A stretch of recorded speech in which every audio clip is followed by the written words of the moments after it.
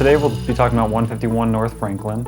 We did a retro commissioning project for them, and I think it's been going on the last 8 months. It's a newer building. I think it was built in 2018, so it has all the bells and whistles, a very modern HVAC system and building automation system.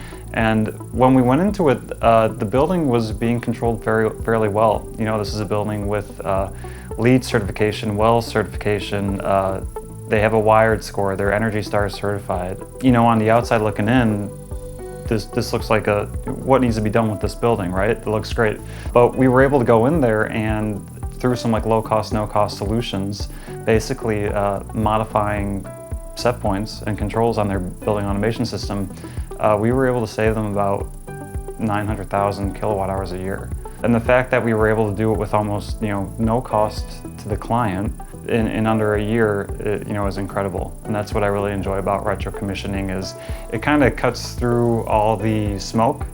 The fact that this is something we can actually do, and then we can see it in the utility data almost immediately. It's really impactful, and there's not many things where you can kind of see that direct result from what you're doing in the sustainability world, but this is one of those things.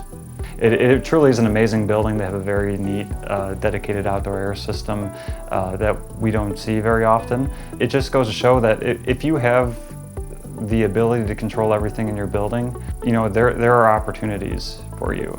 My undergrad was actually in atmospheric sciences and climate. Climate change has always been this very interesting, but also scary existential threat. And it's very hard to think about because there's really nothing one person, one company, even one country can do about it. But I remember growing up, the conversation has changed from how do we stop climate change to okay, how bad can we let it get before it's too late for all of us. So we're not having a huge impact in that effort, but if you go down to the building scale or the company scale, I think we are. We're often able to save between 5 or 10% of a building's energy consumption through these studies. And it just feels good to be doing something, for that effort. It'd be hard to do something else knowing that's out there.